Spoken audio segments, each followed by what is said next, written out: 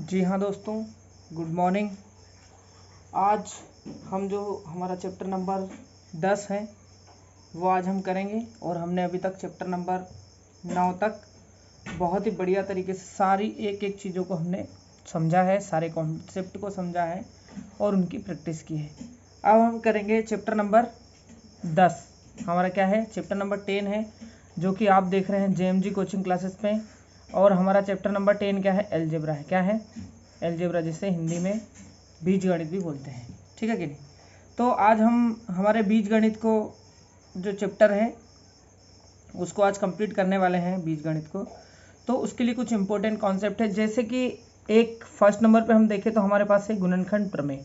ठीक है कि नहीं, जिसे हम बोलते हैं फैक्टर थ्योरम। और ये थ्योरम बहुत ही इम्पोर्टेंट है। ये किसी भी जो हमारा समीकरण है या जो हमारा बहुपद है ना, उसको क्या करती है, वो किसी चीज़ का फैक्टर है या नहीं है ना, इसका कंफर्मेशन देती है और उसका कंफर्मेशन करने में हमारी हेल्प करती है। यदि हम देखें f(x) क्या है, एक गुणनखंड है ना, और f(x) जो है वो किसका गुणनखंड है, f(x) का गुणनखंड क्या है, x माइनस a, ऐसा कुछ भी हो सकता है। ठीक है कि नहीं। तो हमारे यहाँ पर क्या है, x माइनस a जो है वो कोई f(x) जो है उसका एक गुणनखंड क्या है, x माइनस a है। तब fa जो होगा वो क्या होगा, अगर वैल्यू x बराबर, अगर हम इसको सॉल्व करके अगर रखें कैसे, यानी x माइनस a बराबर अगर हम 0 रख दें, क्योंकि ये गुणनखंड है, तो ये a जो है इसकी ट्रांसपोजिंग इधर हो जाएगी। तो x की वैल्यू क्या आ जाएगी बताओ जरा, ये उधर जाएगा तो a में प्लस होने के बाद x इज इक्वल टू क्या आ जाएगा, a आ जाएगा। अगर हम किसी भी बहुपद में x बराबर a रख दें, क्या रख दें, x बराबर a रख दें, तो अगर वो x माइनस a उसका फैक्टर होगा तो उसकी वैल्यू क्या आ जाएगी, 0 आ जाएगी मेरे भाई। ठीक है ना, क्या आ जाएगी, 0 आ जाएगी। ऐसे ही एक शेषफल प्रमेय है। हमें किसी बहुपद को किसी अलग बहुपद से हमें क्या करना पड़े, डिवाइड करना पड़े, तो वो क्या है, अगर शेषफल प्रमेय हम यूज़ करेंगे तो हम उससे आसानी से बता सकते हैं कि अगर इसको इससे डिवाइड करेंगे, किसी बहुपद को किसी अन्य बहुपद से अगर डिवाइड करेंगे तो शेषफल क्या बचेगा। ठीक है कि नहीं। और अगर शेषफल 0 बचता है तो वो उस बहुपद का क्या होगा, गुणनखंड होगा। यदि f(x) जो है उसको क्या है, x माइनस a क्या करें से हम भाग दें, तो भाग देने पर क्या है, शेषफल क्या बचता है, अगर 0 बचता है तो fa जो होगा वो उसका क्या होगा, गुणनखंड होगा। यहाँ पर क्या बोल रहा है, रिमाइंडर थ्योरम हमको यही बताती है कि अगर किसी बहुपद f(x) को हम क्या करें, किसी अन्य बहुपद या गुणनखंड x माइनस a से अगर हम डिवाइड करें तो उसका शेषफल क्या बचेगा, हम उसके शेषफल को हम फाइंड कर सकते हैं। अगर शेषफल उसका 0 बचता है, क्या बचता है, शेषफल अगर 0 बचता है तो वो जो बहुपद होगा उस बहुपद का गुणनखंड होगा। ठीक है कि नहीं, मतलब उसमें f(x) में x माइनस a का पूरा डिवाइड हो जाएगा, तो वहाँ पर क्या बच जाएगा, शेषफल 0 बच जाएगा। और कुछ इंपॉर्टेंट हमारे पास फॉर्मूले हैं। अगर हम देखें तो हमारे पास कुछ इक्वेशंस हैं। ठीक है कि नहीं। तो अगर देखें हमारे पास सर्वसमीका देखें तो सर्वसमीका क्या है, a प्लस बी का whole of square is equal to क्या हो जाएगा, a square plus B square plus 2ab। ठीक है कि नहीं। ये हमको दोस्तों याद हो जानी चाहिए। अगर ये हमको सर्वसमीका याद है तो हम आसानी से जो हमारे क्वेश्चंस हैं उनके आंसर ला सकते हैं, उनको सॉल्व कर सकते हैं। और अगर x माइनस a है और का होल स्क्वायर है तो हम क्या कर सकते हैं, तो इसके इक्वल में क्या आएगा, इक्वल में इसका आएगा a square plus B square minus 2ab। और अगर क्या है, a प्लस बी का स्क्वायर है माइनस उसमें से कर दे a माइनस बी के होल स्क्वायर को माइनस कर दें तो हमारे पास 4ab बचेगा। अब ये 4ab कैसे बचता है, ये हम आगे किसी वीडियो में या किसी वीडियो के थ्रू या किसी एग्जाम्पल में आपको क्लियर कर दूंगा कि ये कैसे होता है। वैसे जनरली ये वाली जो इक्वेशन है, इक्वेशन नंबर 2, इक्वेशन नंबर 2, इसी से उसको प्राप्त किया गया है। आप इस इक्वेशन में से इस इक्वेशन को माइनस कर दो, यानी इसमें से इसको माइनस कर दो, तो माइनस करेंगे तो इन सबके साइन चेंज हो जाएंगे, तो ये माइनस का हो जाएगा तो ये प्लस माइनस कट गया, ये माइनस का हो जाएगा तो ये प्लस माइनस कट गया, और ये माइनस वाला प्लस का हो जाएगा तो ये प्लस प्लस दोनों क्या हो गए, ऐड हो गए, तो 2ab आ जाएगा। ऐसे करके भी हम देख सकते हैं।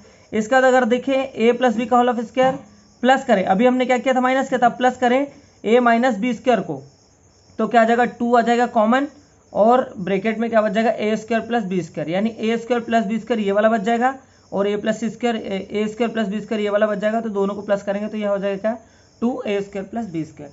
इसके बाद पांचवी हमारी सर्वसमीका है a प्लस बी का whole of square is equal to क्या हो जाएगा A square plus B square plus C square 2ab plus 2bc plus 2ca। ये हमारी क्या हो जाएगी सर्व समीकरण हो जाएगी। मतलब a प्लस बी का होल ऑफ स्क्वायर करेंगे, अगर हम 2 बार गुना करेंगे, इसको लिख के गुना करेंगे तो हमको ये वाला नंबर प्राप्त होने वाला है। यही सर्व समीकरण, मतलब बहुत सारे कैलकुलेशन को सर्व समीकरण के द्वारा हम क्या कर सकते हैं, ईजी कर सकते हैं। ठीक है ना। अब हम देखिए इधर हमारे 6 नंबर पे है ए स्क्वायर माइनस बी स्क्वायर जो है वो ऑलरेडी क्या रहता है ए माइनस बी, और ए प्लस बी का मल्टीपल रहता है, मल्टीप्लाई रहता है। मतलब A square minus B square equal to क्या होगा in bracket A minus B और in bracket A plus B.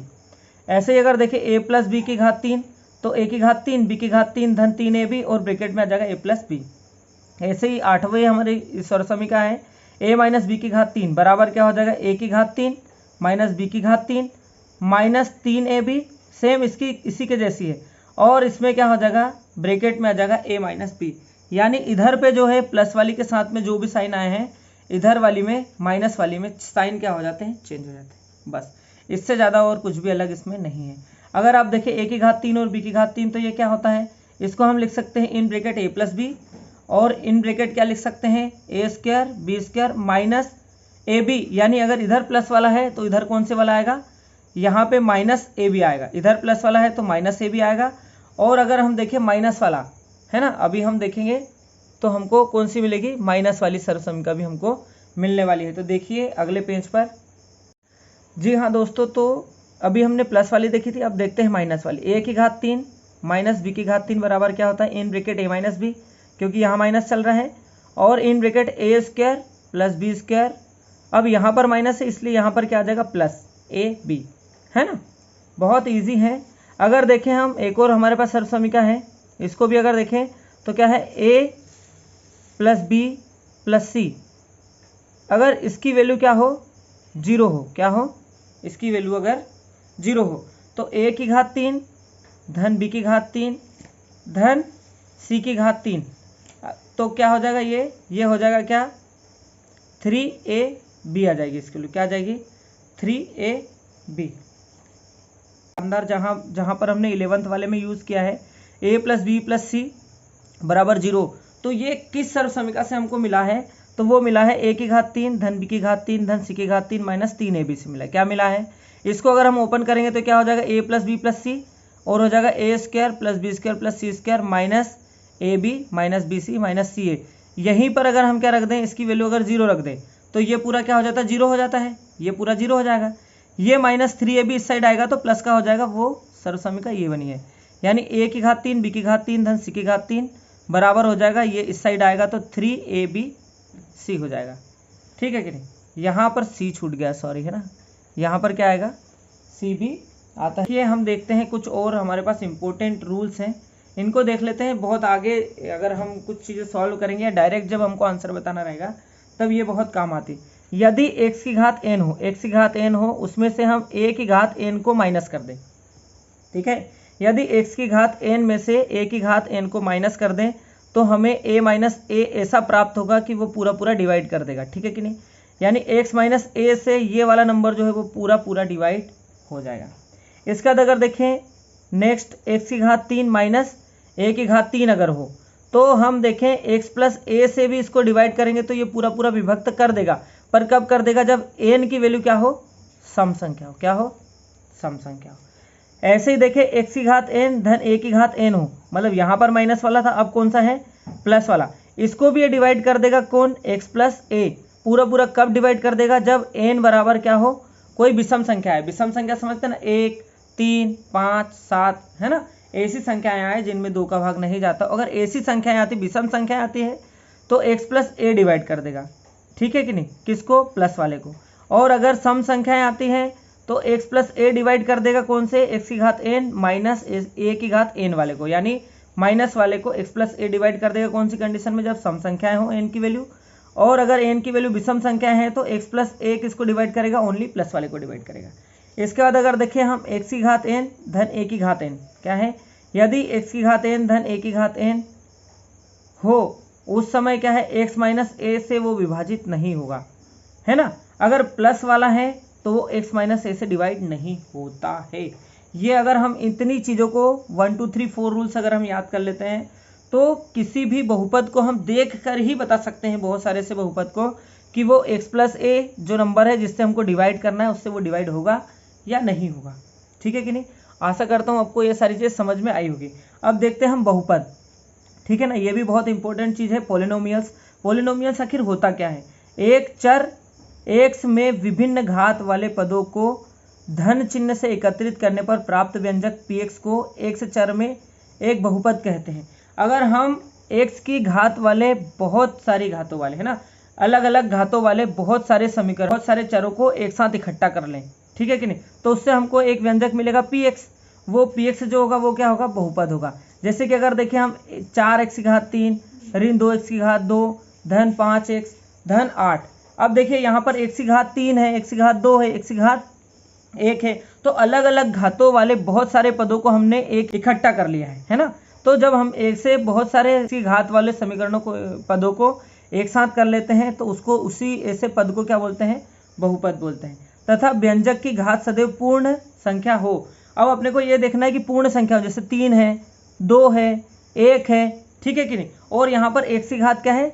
0 है। क्या है? x की घात 0 है और यहाँ पर x की घात 1 है। तो यहाँ पर x की कुछ ना कुछ पूर्ण घात है। अब देखो एक बटे 2 घात नहीं है किसी की भी, है ना, या माइनस में भी -1 भी घात नहीं है। ऐसी अपूर्ण घात कुछ भी नहीं है। मतलब सारी संख्याएं जो है वो क्या है? पूर्ण संख्या है, तो ही वो बहुपद कहलाता है। ठीक है कि नहीं। मतलब इसमें घात 1/2 भी नहीं होना चाहिए, घात माइनस में भी नहीं होना चाहिए। ठीक है कि ऐसी संख्याओं में जो पूर्ण संख्या नहीं है, ऐसी कोई घात हो तो वो बहुपद फिर नहीं होगा। अब देखें हम रेखिक बहुपद, क्या बोलते हैं? रेखिक बहुपद अगर हम देखें, जिसको यहाँ पर मैं नाम नहीं लिख पाया था, लीनियर पॉलिनोमियल, यानी रेखिक बहुपद, है ना। अब रेखिक बहुपद में क्या होता है? बहुपद की अधिकतम घात क्या होती है? 1 होती है। यदि बहुपद में चर की अधिकतम घात क्या हो? 1 हो। क्या हो? 1 हो तो रेखिक बहुपद। तथा अगर उसकी घात, अधिकतम घात क्या हो? 2 हो, तो उसको हम बोलते हैं द्विघाती बहुपद को। अगर अधिकतम घात 2 हो तो द्विघाती बहुपद उसको हम बोलते हैं। बहुपद की घात ज्ञात करने की सिंपल सी डेफिनेशन है। बहुपद की घात यानी बोले तो डिग्री ऑफ पॉलिनोमियल। किसी बहुपद में सबसे बड़ी घात वाले पद के घातांक को उस बहुपद की घात कहते हैं। जैसे हम देखें x की घात 3 धन 3 x की घात 2 धन 2x धन 5 बराबर। अब देखें इसमें अपने को, इसमें बहुपद की घात ज्ञात करना है, तो सबसे ये वाला पद है जिसकी घात सबसे बड़ी है, तो जो ये घात 3 है वही हमारी क्या होगी? बहुपद की घात होगी। इतना सिंपल है। ये थोड़े से छोटे छोटे से कॉन्सेप्ट थे जो आपको पता होना चाहिए। अगर आपको इतने कॉन्सेप्ट पता है तो हम इसके आगे के सारे क्वेश्चन कर सकते हैं। तो अब हम लेते हैं एग्जाम्पल नंबर 1, या बोले तो क्वेश्चन नंबर 1, जिससे हम प्रैक्टिस करके सीधे सीधे ये देखेंगे कि जो हमने अभी चैप्टर देखा है एलजेब्रा, बीजगणित, इसमें कैसे क्वेश्चन आते हैं, कैसे उनको सॉल्व किया जाता है, वो सब चीज़ें देखेंगे। क्योंकि हम ऑलरेडी इसके कॉन्सेप्ट देख चुके हैं, इसमें जो इंपॉर्टेंट डेफिनेशन है वो भी हम सारी कवर कर चुके हैं। तो आइए दोस्तों देखते हैं क्वेश्चन नंबर 1 और 2 हमारे सामने आ गए हैं। कर्णी 2 किस घात का बहुपद है? सबसे पहले हमको ये बताना है। तो अगर हम देखेंगे तो यहाँ पर तो हमको x ही देखने को नहीं मिल रहा, लेकिन आप अच्छे से देखेंगे तो कर्णी 2 के पीछे x की घात क्या है? 0 है। क्योंकि आप देखेंगे तो कर्णी 2 तो है, इसके पीछे गुने में क्या है? 1 लिख सकते हैं। और 1 किसकी वैल्यू होती है? हमने देखा था x की पावर 0 अगर हो तो उसकी वैल्यू क्या आती है? 1 आती है। मतलब यहाँ पर आप देखो कि हमारे पास अचर राशि क्या है? x है, और इसकी घात क्या है? बताओ जरा। इसकी घात है 0। क्या है? 0। तो ये जो हमारे को बहुपद दिया है कर्णी 2, इसकी घात क्या हो जाएगी? इसकी घात हो जाएगी 0 हो जाएगी, क्योंकि सबसे बड़ी घात क्या है? 0 ही है हमारे पास इस समीकरण में। ठीक है कि नहीं? इस बहुपद में, सॉरी, ये क्या है? बहुपद है। ठीक है कि नहीं? अब हमारे पास सेकंड नंबर का क्वेश्चन है। प्रश्न, यदि 3 धन कर्णी 2 बटे 3 ऋण कर्णी 2 बराबर a धन b कर्णी 2 हो तो a और b का मान ज्ञात कीजिए। तो इसमें दोस्तों हमको हर का परिमेयकरण करना पड़ेगा, और इस क्वेश्चन में आप सीखेंगे कि हर का परिमेयकरण कैसे किया जाता है और a और b की वैल्यू कैसे निकाली जाएगी। तो हम देखते हैं। सबसे पहले बहुत आसान भाषा में आपको समझ में आ जाएगा, मैं बताना चाहूँगा कि हमारे पास ये क्वेश्चन है 3 धन कर्णी 2 और 3 ऋण कर्णी 2 बराबर है a धन b कर्णी 2। तो इसको तो वैसे के वैसे रहने देते हैं। इसको सबसे पहले क्या करते हैं? हर का परिमेयकरण करते हैं। तो जब भी हमको हर का परिमेयकरण करना पड़े तो हमारे पास क्वेश्चन क्या है? देखो जरा, क्वेश्चन में हमारे पास है 3 धन कर्णी 2 बटे में है 3 ऋण कर्णी 2। तो हमको क्या करना है भैया? ये वाला जो नंबर है इसी का मल्टीप्लाई और डिवाइड करना है। पर मल्टीप्लाई और डिवाइड करना है अपने को, वो तो सही है, लेकिन यहाँ पर अगर माइनस साइन है तो इधर प्लस साइन लेना पड़ेगा हमको, ठीक है। और इधर अपॉन में क्या करना पड़ेगा, 3 प्लस करनी 2। अगर इस टाइप से हम करते हैं तो हमारे क्वेश्चन में इसकी वैल्यू में कोई भी चेंज नहीं आएगा, क्योंकि ये दोनों सेम है, कट जाएंगे तो ये हो जाएगा 1, तो वापस से हमारा यही वाला आ जाएगा नंबर, ठीक है कि नहीं, जो कि यहाँ से स्टार्ट हुआ है। और उधर क्या है, a प्लस बी करने 2। अब इसको क्या कर देते भैया, इसको सॉल्व कर लेते हैं, तो ऊपर का ऊपर गुना कर लेते हैं, नीचे का नीचे गुना कर लेते हैं, तो हमारे पास है सर्वसमिका भी, ठीक है कि नहीं। तो आप देखेंगे एक बार और 2 बार लिखा है, मतलब 3 धन करनी 2 और 3 धन करनी 2, और बटे में क्या है 3 ऋण करनी 2, और उधर क्या है 3 ऋण करनी 2, और उधर क्या है a धन b करनी 2, वैसा का वैसा चल रहा है। अब हम क्या करते हैं, इधर कर लेते हैं, ठीक है। तो अब देखो यहाँ पर हम सर्वसमिका लगा सकते, कौन सी, a प्लस बी की घात 2 वाली, तो क्या हो जाएगा a square plus B square plus 2ab। अब आपको सर्वसमिका याद होनी चाहिए, और नीचे अपने को लगाना पड़ेगा क्या, a ऋण b, a की घात 2 और b की घात 2। तो अपने पास कौन सी कंडीशन है, a ऋण b और a धन b। अब देखो इसमें आगे पीछे हो सकता है, ठीक है कि नहीं, लेकिन अपन ने यहाँ पे साइन में चेंज कर दिया, लेकिन यहाँ पर क्या है, प्लस साइन है, क्योंकि यहाँ पर भी प्लस है तो यहाँ पर भी प्लस आएगा। अब देखो अपने पास क्या है, एक प्लस वाला है, ये प्लस वाला है, और एक माइनस वाला है, तो इसमें क्या करते हैं, a का स्क्वायर माइनस b का स्क्वायर कर देते हैं। अब ये एक माइनस वाला है, एक प्लस वाला है, तो इसको ले लेते हैं a, इसको ले लेते हैं b, ठीक है कि नहीं। तो अब अपन करते हैं, और इधर भी a होगा और ये b हो गया, ठीक है कि नहीं, लगा देते हैं सर्वसमिका। तो पहले ये वाला लगे, अपने पास इन केस क्या है, क्वेश्चन इस टाइप से है, और इसको हम लिख सकते हैं कैसे, a प्लस बी और a प्लस बी, यानी घात 2 का मतलब होता है कि इसी नंबर का उसी नंबर में एक बार वापस से गुना हुआ है, मतलब घात 2 लगा सकते हैं हम, ठीक है कि नहीं। तो इसको हम ऐसे भी लिख सकते हैं। अब हमारे पास क्वेश्चन अगर ऐसा है, इस कंडीशन में है, तो इस कंडीशन में लिख दे, क्या लिख देते हैं, तो 3 की घात 2 धन करनी 2 की घात 2 धन 2, a क्या है हमारे पास 3 है, और b क्या है √2 है। ये आपको भैया सर्वसमिका लगाना अच्छे से आना चाहिए, ठीक है ना। और ये हमारा एज इट इज़ अभी चल रहा है, जब इसकी ज़रूरत रहेगी हम इसको ले लेंगे। अब देखते हैं अपॉन में लगाएं, तो इधर लगाएंगे, ये वाली कंडीशन में है, तो इससे किस में आ जाएगी, इसमें आ जाएगी, तो a स्क्वायर यानी 3 की घात 2 ऋण करनी 2 की घात 2, और आगे सॉल्व कर लो।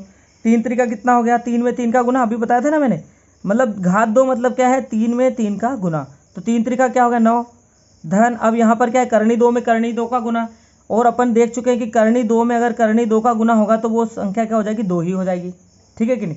और देखें तो यहाँ पर क्या है, 3 दूनी 6, और ये जो 6 है इसका करनी के अंदर कभी गुना नहीं होगा, हमेशा गुना होगा बाहर वाली संख्या के साथ में, है ना। यहाँ पर क्या रहेगा 1, तो 3 दूनी 6, 6 कम 6, और करनी 2 वैसा का वैसा।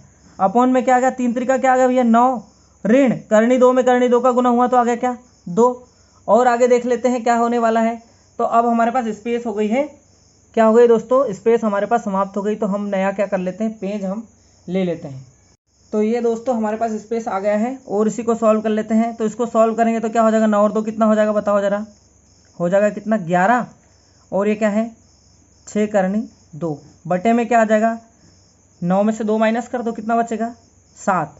अब इसको हम क्या करते हैं, पूरा उतार लेते हैं। तो इसकी वैल्यू देखो, इतने पूरे की वैल्यू हमने इधर सॉल्व करके क्या लिया है, 11 धन 6 करनी 2 बटे 7। अब देखो बटे 7 है, तो एक बार इसके साथ भी 7 लगा देते हैं, और एक बार इसके साथ भी 7 लगा देते हैं, ठीक है कि नहीं। और ये प्लस को कहाँ लगा देते हैं, यहाँ पे लगा देते हैं, ठीक है कि नहीं। और इधर क्या है, a प्लस बी करनी 2। अब इन दोनों को क्या कर लेते हैं, कंपेयर कर लेते हैं। तो देखो a का कंपेरिजन किसके साथ होगा, 11/7 के साथ में, तो a की वैल्यू क्या आ गई, 11/7 आ गई, ठीक है। और इसका कंपेरिजन किसका होगा, b करनी 2 का कंपेरिजन होगा इसके साथ, करने वाले के साथ, तो 6/7 करनी 2। अब ये करनी 2 से ये 2 करनी 2 कट गया, तो b बराबर क्या आ गया 6/7। तो हमारी a और b दोनों की वैल्यू हमारी यहाँ पर फाइंड हो जाती है। आशा करता हूँ आपको क्वेश्चन समझ में आ गया होगा, बहुत ईजी है, ठीक है कि नहीं। अब चलते हैं हम क्वेश्चन नंबर 3 पर। ये जो है हमारा क्वेश्चन नंबर 3 हमारे सामने आ गया है। एक और क्वेश्चन हम उसी टाइप का करेंगे, ठीक है कि नहीं। जैसे है 7 धन 3 करनी 5 और 3 धन करनी 5, है ना, अपॉन में प्लस 7 ऋण 3 करनी 5 बटे 3 ऋण करनी 5। इसको हम सॉल्व करेंगे। तो पहले इसको सॉल्व कर लेते हैं जैसे हमने पिछले क्वेश्चन में किया था। तो ये क्या है 7 + 3 √5 अपॉन में क्या है 3 + √5, ठीक है। तो इसको जब सॉल्व करेंगे तो इसका माइनस वाला लेंगे, तो 3 माइनस रूट 5 अपॉन में क्या आ गया 3 माइनस रूट 5, है ना। और इधर साइड क्या चलेगा 7 ऋण 3 रूट 5 अपॉन में क्या आ गया 3 ऋण रूट 5 मल्टीप्लाई में क्या आ जाएगा 7 ऋण 7 नहीं आएगा, ये वाला आएगा, क्या आएगा 3 माइनस वाला है तो यहाँ क्या आ जाएगा प्लस वाला 3 प्लस रूट 5 और यहाँ पर आ जाएगा 3 प्लस रूट 5। अब हम क्या कर लेते हैं, इसके मल्टीप्लाई कर लेते हैं। तो अब देखो आप ऊपर देखोगे तो ऊपर तो दोनों नंबर अलग अलग हैं, 7 धन 3 करनी 5 और 3 ऋण करनी 5 बटे में क्या है, यहाँ पर सर्वसमीका लग जाएगी हमारी कौन सी वाली, A square minus B square is equal to A square A minus B in bracket A plus B. ये वाली सर्वसमीका हमारी नीचे तो लग जाएगी, तो नीचे लगा दे, क्या लगा देते हैं। तो इसका हो गया 3 का स्क्वायर, है ना, 3 का स्क्वायर माइनस करनी 5 का स्क्वायर, ठीक है, प्लस दूसरे वाले में क्या करें, ये दोनों भी नंबर चेंज हैं तो इसमें हमारी सर्वसमीका नहीं लग पाएगी, ठीक है। तो इसका हमको क्या करना पड़ेगा, मल्टीप्लाई करना पड़ेगा, जिससे आप मल्टीप्लाई करना भी सीख जाए जब आप सर्वसमीका नहीं लगा पाएँ। और यहाँ पर सर्वसमीका लग जाएगी यही वाली सेम, तो लगा दे सर्वसमीका, तो 3 की घात 2 ऋण करनी 5 की घात भी हमने कर दी क्या 2। अब दोस्तों देखना है ना, अब आप देखेंगे तो इन दोनों में सारे नंबर क्या है चेंज है ना। तो पहले इस 7 का मल्टीप्लाई करेंगे 3 के साथ, तो 7 3 कितना हो गया 21, फिर ये 7 का मल्टीप्लाई इधर करेंगे तो करनी 5 में नहीं होगा, इसके आगे वाले में होगा, तो क्या हो जाएगा, ये ऋण संख्या धन वाली है ऋण वाली है तो साइन आ जाएगा ऋण का 7 एकम 7 ये वाले 1 के साथ और करनी 5 में इसके साथ आ जाएगी। अब इसके बाद 1 हो गया, अब दूसरे वाले नंबर का करते हैं ना, तो 3 का मल्टीप्लाई 3 में होगा, 3 3 का कितना हो गया 9 और दोनों धन के हैं तो धन का साइन आ गया, 3 3 का 9, अब ये करनी 5 वैसा का वैसा आ गया। अब इसका मल्टीप्लाई इसमें होगा, अब देखना जरा नंबर में नंबर का मल्टीप्लाई हो तो 3 एकम 3, ये प्लस का है ये माइनस का, तो साइन आ जाएगा किसका माइनस का, ठीक है। और 5 में अगर 5 का गुना होगा तो एक 5 बाहर आ जाएगा, अपॉन में क्या आ जाएगा बताओ जरा, 3 3 का क्या होगा 9 ऋण 5 में 5 का गुना हुआ तो 5 आ गया बाहर धन। अब इसका ऐसे ही इधर भी सॉल्व कर लो, तो ये 7 का मल्टीप्लाई 3 में हुआ तो 7 3 21, 7 का मल्टीप्लाई 5 में हुआ करनी 5 में तो 5 में नहीं होगा 1 में होगा, तो 7 एकम 7 करनी 5 आ जाएगा किसका धन का। अब ये ऋण वाला है, देखना ऋण 3 करनी 5 का गुना 3 में करेंगे तो 3 3 का 9 किसका आ जाएगा ऋण का, और करनी 5 है तो करनी 5 भी आ जाएगा। अब इसका मल्टीप्लाई इसमें होगा तो साइन आ जाएगा माइनस का, और 3 एकम 3 और 5 में करेंगे हम करनी 5 का तो आ जाएगा 5 बटे में क्या आ जाएगा 3 3 का 9 ऋण 5 करनी 5 में करनी 5 का गुना करेंगे तो आ जाएगा क्या 5, क्या आ जाता है 5। तो अब आप देखेंगे हम ले लेते हैं न्यू पेज, ठीक है, आपको लास्ट में कुछ दिखाई नहीं दिया है तो अपन उसको दिखा लेते हैं कि कैसा है, ठीक है कि नहीं। 3 3 का 9, ठीक है, और इधर क्या हो गया करनी 5 में करनी 5 का गुना हुआ तो -5, ठीक है कि नहीं। करनी में कोई सी भी संख्या हो अगर उसी करनी वाली संख्या का गुना उसी में होता है तो वो करनी से बाहर आ जाती है, ठीक है। अब हम ले लेते हैं न्यू पेज। दोस्तों ये हम लास्ट पेज पे लेके आ चुके थे, अब इसी को हम आगे करेंगे। तो ये 21 का अभी कुछ नहीं हो सकता तो 21 वैसा का वैसा है, लेकिन देखो यहाँ पर भी करनी 5 है यहाँ पर भी करनी 5 है ना, करनी दोनों में सेम है तो इस नंबर और इस नंबर का सॉल्यूशन किया जा सकता है। अब देखो बड़ा नंबर किसका है प्लस का है तो साइन आ जाएगा प्लस का, 9 में से 7 क्या हो जाएगा माइनस होगा तो क्या बचेगा 2 बचेगा, करनी 5 है तो करनी 5 तो अपना क्या है यूनिक नंबर है, अब वो तो साथ में चले गए उसके साथ में, इधर क्या है इसका क्योंकि इसका कुछ हो भी नहीं सकता। अब इधर क्या होंगे 5 3 क्या हो जाएगा 15 हो जाएगा, और 9 में से अगर 5 माइनस करें तो क्या बचेगा 4 बच जाएगा धन। इधर भी 21 वैसा का वैसा। अब यहाँ पर देखो बड़ा नंबर क्या है 9 है, माइनस का है तो साइन आ जाएगा माइनस का, 9 में से 7 माइनस होगा तो कितना बचेगा 2, करनी 5 तो इसके साथ में चल ही रहा है, और माइनस क्या हो जाएगा 5 3 15 बट्टे में क्या आ जाएगा 4 आ जाएगा।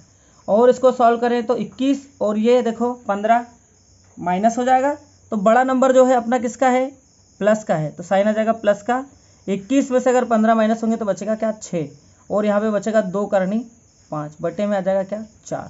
इधर देखें तो यहाँ पर क्या आ जाएगा 4, ये 4 है, इन दोनों को सॉल्व करेंगे तो वापस से क्या आ जाएगा 6 ऋण 2 करनी 5। अब दोनों का क्या ले लो एलसीएम ले लो, ये क्या ले लो एलसीएम, तो दोनों में 4 है तो 4 एलसीएम आ जाएगा, तो ऊपर वाला ऊपर ही हो जाता है।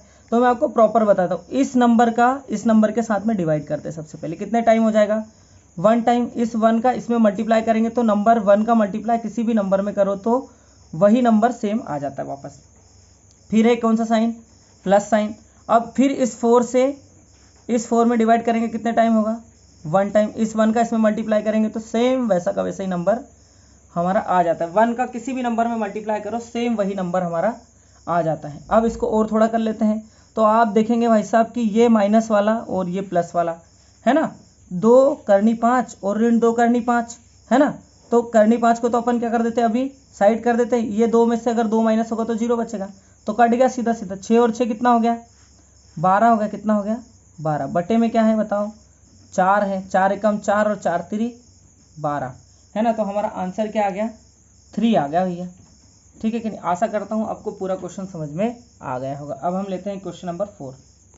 जी हाँ दोस्तों, ये हमारा जो क्वेश्चन नंबर 4 है, करनी 3 धन करनी 2 बटे करनी 3 ऋण करनी 2 धन करनी 3 ऋण करनी 2 बटे करनी 3 धन करनी 2। इसकी हमको वैल्यू फाइंड करना है, इसकी वैल्यू निकालना है। तो आप सिंपली क्या करेंगे, इन दोनों का ले लेंगे एलसीएम है ना। तो इसका एलसीएम क्या आ जाएगा, करनी 3 ऋण करनी 2 और इसका क्या आ जाएगा, करनी 3 धन करनी 2। अगर इन दोनों का एलसीएम लेंगे तो हमारा एलसीएम आ जाएगा ये। ठीक है। अब देखो हमारे पास ऑलरेडी क्या है, करनी 3 धन करनी 2 तो ऑलरेडी है हमारे पास। अब इसको अगर इससे भाग देंगे तो ये दोनों कट जाएंगे, बचेगा क्या ये, तो इसका इसमें मल्टीप्लाई कर देंगे तो ये हो जाएगा क्या, करनी 3 धन करनी 2 प्लस। अब इससे इसको डिवाइड करेंगे तो पूरे वाले को डिवाइड करेंगे तो ये दोनों कट जाएंगे, ये बचेगा, इसके साथ मल्टीप्लाई हो जाएगा तो करनी 3 ऋण करनी 2, इसके साथ इसका मल्टीप्लाई हो गया करनी 3 ऋण करनी 2। अब लगा दो सर्व समीकरण। तो सर्व समीकरण लगाओ, देखो इधर प्लस वाली है तो ए धन बी और ए धन बी है ना। इसके लगाएंगे तो क्या हो जाएगा, A square plus 2ab plus B square. और इसके लगाएंगे तो ए ऋण बी, इसका क्या हो जाएगा, ए स्क्वायर ऋण 2ab प्लस बी स्क्वायर। ठीक है कि नहीं। इसको ओपन कर लो और नीचे वाले में लगा दो। तो पहले ऊपर लगा देते, ठीक है। तो पहले ये कंडीशन में दिया है, इसमें राइट कर देते हैं। तो ए स्क्वायर यानी करनी 3 की घात 2 धन 2, ये वाला ए रहेगा हमारा, ये वाला क्या रहेगा, बी रहेगा। तो ए क्या हो जाएगा, करनी 3 और बी क्या हो जाएगा, करनी 2 धन बी की घात 2 यानी करनी 2 की घात 2। इसमें लगा दो इधर वाले में। तो इसमें लगाओगे तो माइनस वाली लगेगी, तो ये वाली लगेगी तो क्या हो जाएगा, करनी 3 की घात 2 ऋण 2, ए की वैल्यू क्या है करनी 3, बी की वैल्यू क्या है करनी 2 धन बी की वैल्यू क्या है करनी 2 की घात 2 बटे में इसमें लगा दो, क्या लगेगी सर्व समीकरण, इसमें लगेगी ए माइनस बी और ए प्लस बी। तो क्या हो जाता है ये, ए स्क्वायर माइनस बी स्क्वायर। तो ए स्क्वायर यानी करनी 3 की घात 2 ऋण करनी 2 की घात 2। कर लो सॉल्व। इसको करेंगे तो क्या आ जाएगा, करनी 3 में करनी 3 का गुना होगा तो क्या हो जाएगा भैया, 3 आ जाएगा। ठीक है कि नहीं। 2 तो ये वैसा वैसा करनी के अंदर गुना नहीं होगा, लेकिन करनी 3 में करनी 2 का गुना हो जाएगा तो करनी 3 2 क्या हो जाएगा, 6 हो जाएगा। करनी 2 में करनी 2 का गुना किया तो ये हो गया 2। करनी 3 में करनी 3 का गुना होगा तो 3 माइनस 2 तो सेम है, लेकिन इन दोनों का गुना हो जाएगा तो ये आ जाएगा करनी 6। और इसमें इस करनी 2 में करनी 2 का गुना होगा तो क्या आ जाएगा, 2 आ जाएगा। बटे में करनी 3 में करनी 3 का गुना 3 ऋण करनी 2 में करनी 2 का गुना 2। अब देखो ये वाला प्लस का है, ये वाला माइनस का है, कट गया। 3 और 2 5 और 2 3 8 और 2 10, यानी ऊपर क्या आ गया हमारा 10 आ गया। नीचे अगर माइनस करेंगे तो आ जाएगा 1, यानी हमारा आंसर क्या आ जाएगा भैया, आंसर आ जाएगा, इस 1 को अगर नहीं भी लिखे तब भी हमारा काम चल जाएगा। तो आंसर आ जाएगा हमारा 10। तो ये था हमारा आंसर। ठीक है कि नहीं, क्या था हमारा आंसर आ गया। ठीक है, क्योंकि ये 10 है, 10 के बटे में अगर हम 1 लिखेंगे तो 10 के बटे में अगर 1 लिखे तो कोई उसकी ये 1 जो है वो कुछ नहीं कर पाता, इसको हम पूर्ण संख्या में लिख देते तो हमारा क्या आ जाएगा, 10 ही हमारा आंसर आ जाएगा। ठीक है कि नहीं। चलिए अब हम करते हैं क्वेश्चन नंबर 5। जी हाँ दोस्तों, ये हमारा क्वेश्चन है और इसमें अब हमको सॉल्व करना है, यानी करनी 20 में हमको करनी 80 को प्लस करना है और उसमें करनी 45 को प्लस करना है और उसमें से माइनस करना है करनी 180 है ना, करनी 180 को माइनस करना है। तो सबसे पहले हमको इनके क्या निकालना पड़ेगा, गुणनखंड निकालना पड़ेगा। तो पहले किसके निकाले, 20 के। 2 से दिया 10 2 20, 2 से दिया 2 5 10, फिर 5 से देंगे 5 1 5, फिर किसके निकाले, 80 के निकाले भैया। 80 के निकालेंगे तो 80 के क्या हो जाएंगे, 2 से दिए तो कितनी बार, 40 बार। फिर 2 से दिया तो 20 बार, फिर 2 से दिया तो 10 बार, फिर 2 से दिया तो 5 बार, फिर 5 से दिया तो 1 बार। फिर किससे देंगे? 45 का कर लो। 45 का किया तो 45 का किया तो किससे? 2 से तो जाता ही नहीं, किससे जाएगा? 3 से जाएगा। 5 और 4 9, 9 में चला जाएगा 3 से, 3 कम 3, 3 पंजे 15, फिर 3 से दिया 3 पंजे 15, फिर 5 से दिया 5 कम 5। अब हमारे पास एक नंबर है 180, है ना। तो 180 के भी निकाल लेते। 2 से दिया तो कितनी बार चला गया? 90 बार। फिर 2 से दिया तो 2 चुकू 8 और 2 पंजे 10, फिर 2 से दिया 2 दूनी 4, 2 से जाता ही नहीं, 3 से जाएगा। किससे जाएगा? 3 से। 3 एकम 3 और 3 पंजे 15, फिर किससे देंगे? 3 से। 3 पंजे 5 3 15 और फिर किससे देंगे? 5 कम 5, ठीक है कि नहीं। अब देखो इनको हमको निकालना है तो सबसे पहले करनी 20 यहाँ से सॉल्व करते हैं ना। तो करनी 20 को हम क्या लिख सकते हैं? 2 गुना 2 गुना 5, है ना। 2 गुना 2 गुना 5 लिख सकते हैं क्या? 5 2 10, 10 2 20, सही है। करनी 80 को क्या लिख सकते हैं? करनी 80 को लिख सकते हैं 2 गुना 2 गुना 2 गुना 2 गुना 2, यानी 2 का गुना कितनी बार? 4 बार। 1 2 3 4 और एक क्या है? 5 भी है, ठीक है। यहाँ से मैं अलग भी कर देता हूँ उसको, ठीक है। और क्या है इसके बाद? क्या है? करनी 80 हो गया। अब क्या बचा? करनी 45 प्लस का है तो करनी 45 को लिखे। तो करनी 45 का क्या? 3 गुना 5। अब हमारे पास क्या बचा है? माइनस, क्या बचा है? माइनस 180 बचा है। तो 180 को कैसे करेंगे? 2 गुना 2, है ना। 2 गुना 2, फिर क्या है? 3 गुना 3, फिर गुना में है 5। मतलब ये उनके हमने क्या लिख लिए? प्राइम फैक्टर बना के लिख लिए, ठीक है कि नहीं। अब देखो इसमें 2 का एक जोड़ा बन रहा है, तो जिसका भी जोड़ा बनता है यहाँ पे जितनी पावर रहेगी, यहाँ पर पावर कुछ नहीं लिखे तो 2 है, तो जितनी पावर लिख रहे हैं उतने उतने के जोड़े बनाना है। तो 2 पावर है तो कितने कितने के जोड़े बनाना है? 2 का एक जोड़ा बन गया तो 2 आ गया बाहर, 5 का जोड़ा नहीं बना तो 5 करने में ही रह गया, ठीक है। अब आप करने से बाहर निकालना भी सीख गए होंगे। आगे देखिए आपको अच्छे से क्लियर हो जाएगा। यहाँ पर 2 का एक जोड़ा बन रहा है, एक 2 का जोड़ा बन रहा है, तो 2 गुना 2 बाहर आ गया, करनी 5 अंदर का अंदर ही है। यहाँ पर देखो एक 3 का जोड़ा बन गया, करनी 5 वैसे के वैसे ही है, ऋण नीचे कर लेते हैं ना। देखो 2 का एक जोड़ा बन गया, 3 का एक जोड़ा बन गया और करनी 5 वैसा का वैसा ही है। और कर लो सॉल्व। तो 2 करनी 5, इसमें तो और सिंप्लीफाई इसको नहीं कर सकते, लेकिन इसको कर सकते। 2 दूनी कितना आ गया? 4 करनी 5 धन ये तो क्या है? 3 करनी 5, इसमें तो कोई चेंज आएगा ही नहीं। माइनस 3 दूनी 6 करनी 5। अब देखना ज़रा, आप प्लस प्लस वालों को सबको ऐड कर लो तो ये करनी 5 तो सेम रहेगा, है ना। सॉरी यहाँ पर क्या है? करनी 5 है ना, क्या है? 5। करनी 5 तो सेम रहेगा, लेकिन ये वाले जो नंबर है 4 और 3 7 और 2 कितने हो गए? 9। करनी 5 जोड़ने पे ये कितना हो जाएगा? 9 करनी 5। यही नंबर जुड़ते हैं आगे वाले, ठीक है। करनी के अंदर कुछ भी जोड़ना घटाना नहीं हो सकता, और उन्हीं नंबर का प्लस माइनस होगा जिनकी करनी भी सेम है। करनी के अंदर नंबर सेम है, उन्हीं का प्लस माइनस होगा। और उधर क्या है? माइनस 6 करनी 5। अब इसको सॉल्व करेंगे तो देखो ये क्या आ जाएगा? 9 में से 6 माइनस करेंगे तो आ जाएगा 3 करनी 5। ये जो रहेगा हमारा आंसर होगा। अब आशा करता हूँ आप करनी से नंबर को बाहर निकाल के उसको सिंपल करना, उसका सिंप्लीफाई करना भी आप सीख गए होंगे, ठीक है। अब हम चलते हैं क्वेश्चन नंबर 6 पर। जी हाँ दोस्तों, हमारा क्वेश्चन नंबर 6 क्या है? 1 से घात 3 धन 3ax ऋण 2a का एक गुणनखंड x माइनस 2 हो तो a का मान ज्ञात कीजिए। अब हमारे पास बहुपद क्या है? ये है 1 से घात 3 धन 3ax ऋण 2a, है ना। ये एक हमारे पास बहुपद है, और इसको जो है x माइनस 2 क्या करता है? इसका एक गुणनखंड है, मतलब पूरा पूरा डिवाइड कर देता है। अगर हम इसको डिवाइड करें तो हमारे पास क्या आएगा? इसका शेषफल आएगा 0, ठीक है कि नहीं।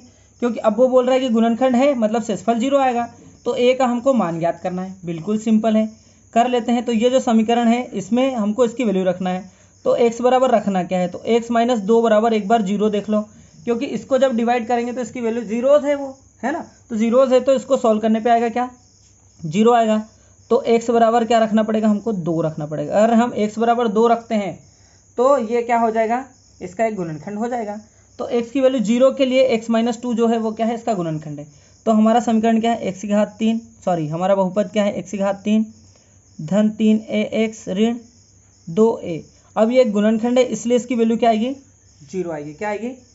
0 आएगी भैया, है ना। तो गुणनखंड तो 0 आएगी, ठीक है कि नहीं। तो अब इसकी वैल्यू हम क्या रख देते हैं? 2 रख देते हैं। तो 2 की घात क्या हो जाएगा? 3 धन 3a गुना क्या हो जाएगा? यहाँ पे x की जगह पे 2 ऋण 2a बराबर क्या? 0। अब 0 हमने क्यों रखा? क्योंकि ये गुणनखंड है। अब गुणनखंड है x माइनस 2, इसीलिए हमको ये 0 रखना पड़ेगा, ठीक है कि नहीं। और अगर गुणनखंड नहीं होता, चेक करना होता, तो फिर हम 0 ला के बताते, ठीक है कि नहीं। अब हमने रख दी वैल्यू, तो 2 की घात 3 यानी क्या हो जाता है 2 गुना 2 गुना 2, 2 की घात 3 मतलब 2 3 बार गुना हुआ है। धन 3 दुआ क्या हो गया 6a ऋण 2a बराबर क्या हो जाएगा 0। इन दोनों को सॉल्व कर लो और इनको सॉल्व कर लो तो 2 दूनी 4 4 दूनी 8 धन 6a में से 2a गया तो कितना बचेगा 4a बराबर क्या हो जाएगा 0। अब ये 8 उधर गया तो 4a बराबर क्या हो जाएगा -8, 4 एकम 4 4 दूनी 8 तो a बराबर क्या आ जाएगा -2। यानी ये जो बहुपद है इसका अगर x - 2 एक गुणनखंड है तब a की वैल्यू क्या आएगी -2 आएगी। ये हमारा क्या है आंसर है। जी हाँ दोस्तों, हमारा क्वेश्चन है 7 नंबर का, x की घात 11 धन 1 को अगर x + 1 से भाग देने पर शेषफल क्या प्राप्त बचेगा या शेषफल क्या होगा, ठीक है कि नहीं। तो अगर हमको इसका निकालना है शेषफल क्या बचेगा तो पहले ये गुणनखंड होगा, है ना। तो हमको x की वैल्यू क्या रखना है तो x + 1 बराबर 0। हम अभी ये अज्यूम कर रहे हैं कि वो क्या है जीरोज है x + 1, तो x की वैल्यू क्या आ जाएगी -1 हमको रखना है। x की वैल्यू क्या रखना है -1 रख लो, समीकरण नंबर इसमें बहुपद में रख लो, है ना। तो x की घात 11 धन 1, x की घात 11 यानी -1 की घात 11, x की वैल्यू क्या रख दी x बराबर -1 रखने पर, तो x की घात -1 + 1। अब देखो -1 की पावर कितने भी टाइम उसको गुना किया जाए आएगा क्या 1, लेकिन यहाँ पर ओड नंबर है इसलिए आ जाएगा क्या -1 आ जाएगा। क्या आ जाएगा -1। अगर ओड पावर है तो माइनस का 1 आएगा और अगर इवन पावर है या सम पावर है तो प्लस का 1 आएगा। प्लस क्या आ जाएगा 1 आ जाएगा। अब -1 में से +1 अगर माइनस करेंगे या -1 में अगर 1 को प्लस करेंगे तो क्या आ जाएगा 0। अब देखो हमारा शेषफल क्या बच रहा 0 बच रहा है, यानी x + 1 क्या है इसका एक गुणनखंड है। अगर ये 0 के अलावा और कुछ बचता तो शेषफल तो हमारा निकल जाता, शेषफल तो हमारा क्या निकल जाता अगर 0 के अलावा कुछ होता तो। लेकिन x + 1 जो रहता वो इस बहुपद का गुणनखंड नहीं होता, ठीक है कि नहीं। गुणनखंड किस कंडीशन में होगा जब इसकी वैल्यू क्या आ जाए 0 आ जाए। तो अभी 0 वैल्यू आई है तो ये गुणनखंड भी है और इसका शेषफल क्या बचा 0 बचा। आशा करता हूँ आपको समझ में सारी चीज़ें आ गई होंगी।